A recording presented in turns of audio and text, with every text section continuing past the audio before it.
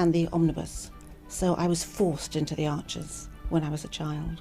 And look, it's come back to bite me later on. I'm awash with this stuff. The Archers is the world's longest-running radio show, with more than 15,000 episodes broadcast.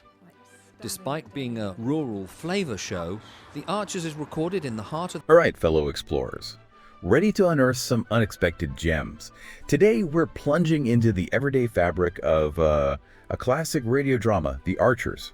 Now, you might be thinking, a radio drama, what could that possibly offer in terms of, deep insights? Well, get ready to be genuinely surprised. Indeed. Our mission today is really to extract some powerful nuggets of knowledge from these, well, seemingly simple conversations.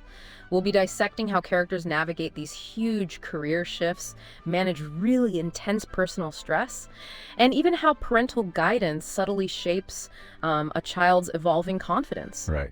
It's this rich tapestry of human experience that, when you look closely, offers truly unexpected lessons.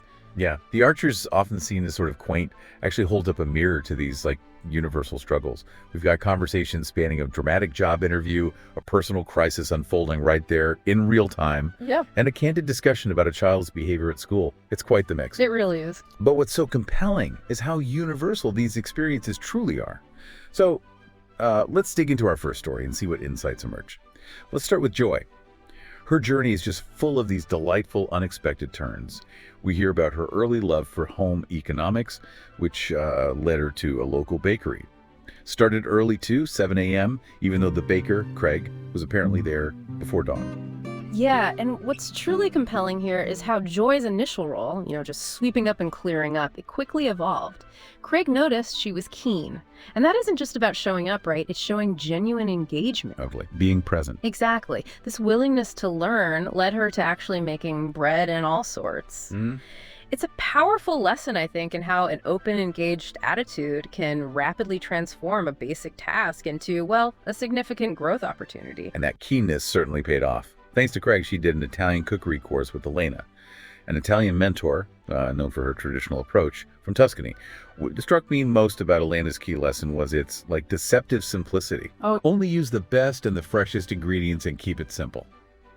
It makes you wonder, doesn't it, how often we overcomplicate things. Yeah. In life, not just cooking. Exactly. Elena's simple mantra, it isn't just about food. It's a potent reminder that in maybe volatile situations, a return to core, disciplined principles can cut through complexity and yield unexpected success, much like Joy's calm under pressure later on. But then, life took an unexpected turn for Joy. She fell in love, and her ex-husband apparently wouldn't have coped with anything foreign or adventurous. Right. A marriage and a baby changed the direction of my life, as she put it. She thought she was all set to be the next Keith Floyd, the famous TV chef. Yeah. But instead was destined to be Joy Hoffel.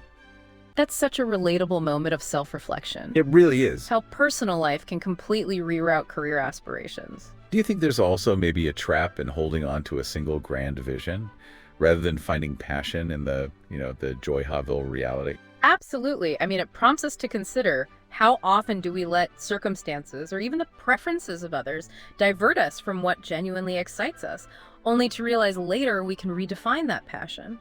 Joy's story shows this burning desire to return to it. Yeah. She loves cooking, she's a good worker, keeps a tidy workspace, learns quickly, and she specifically wants to make food that feeds the belly and soul of working people like us in a pub setting. It's quite specific. And then comes the interview that just goes completely sideways.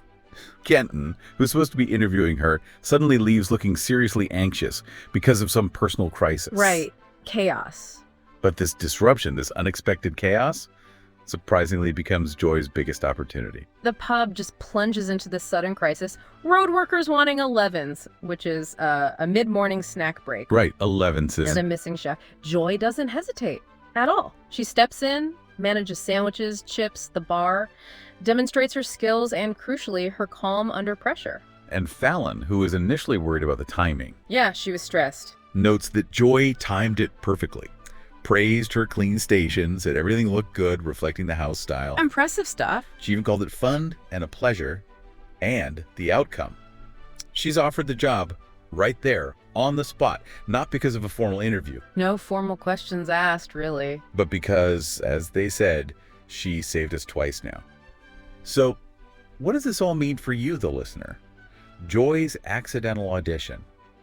It reveals how true capability and initiative, when showcased under duress, Under real pressure. can just dismantle traditional hiring barriers. It proves that competence in a crisis often outweighs a perfectly worded CV. It's a powerful reminder, isn't it, that sometimes your most effective interview is simply showing up and solving a problem. Couldn't agree more. Showing, not telling. Okay, so while Joy found opportunity in chaos, another character, Kenton, was grappling with a different kind of unexpected turn. One that reveals the often hidden battle against personal trauma. Right, Kenton's story. We learn he's reeling from a dog attack, specifically an ID parade where he messed up, panicked, and didn't identify him.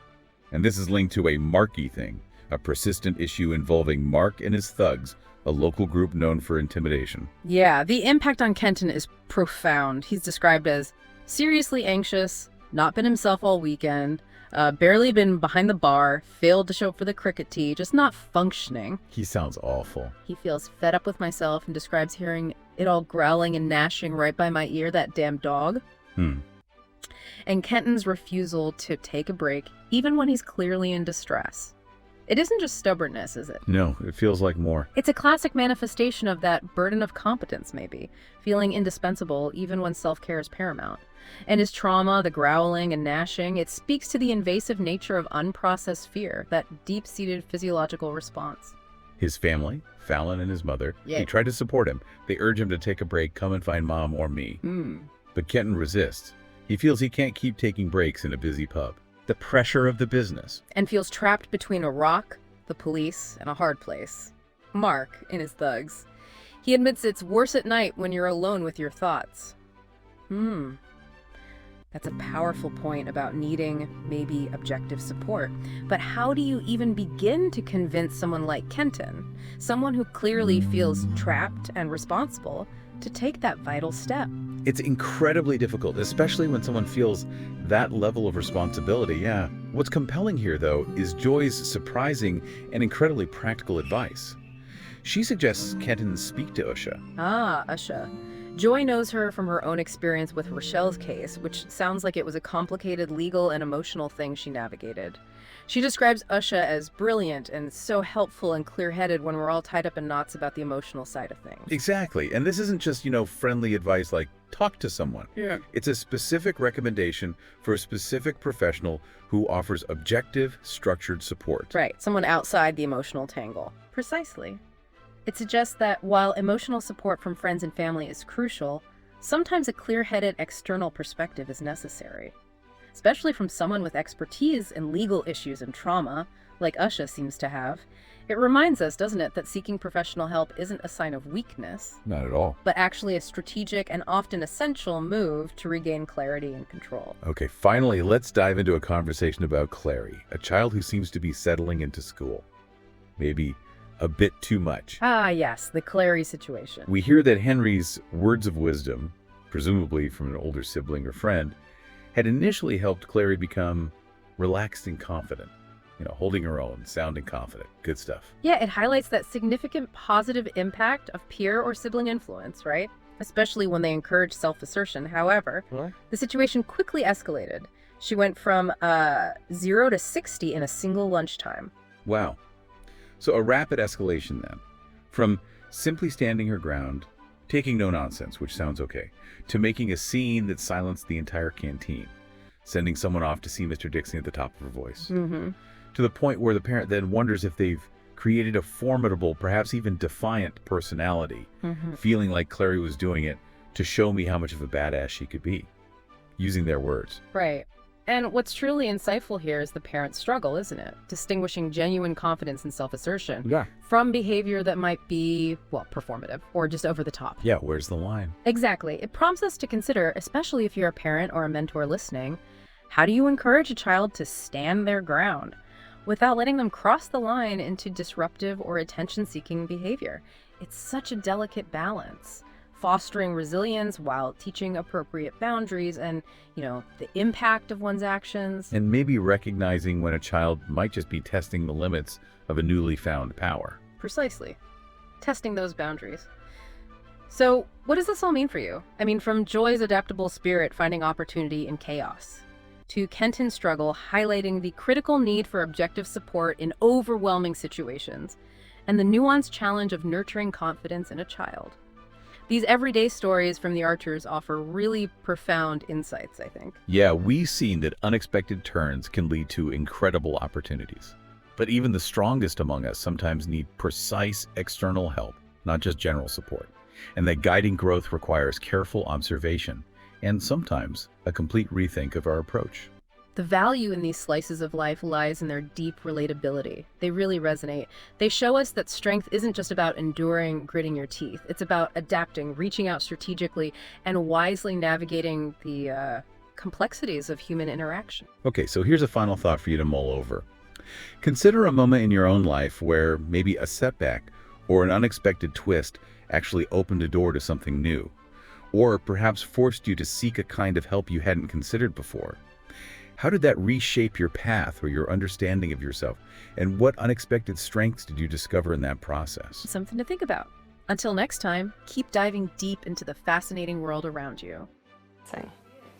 So what are you doing now? Just getting ready for the next episode. Just moving mics around. So what do you do? I do the spot effects on the Archers. Any Are you what we movements call Foley then? and- kind of. Yep. Okay. And these are all part of the paraphernalia of production. Yep. That's the ball bar. That's, This one. yep. That's.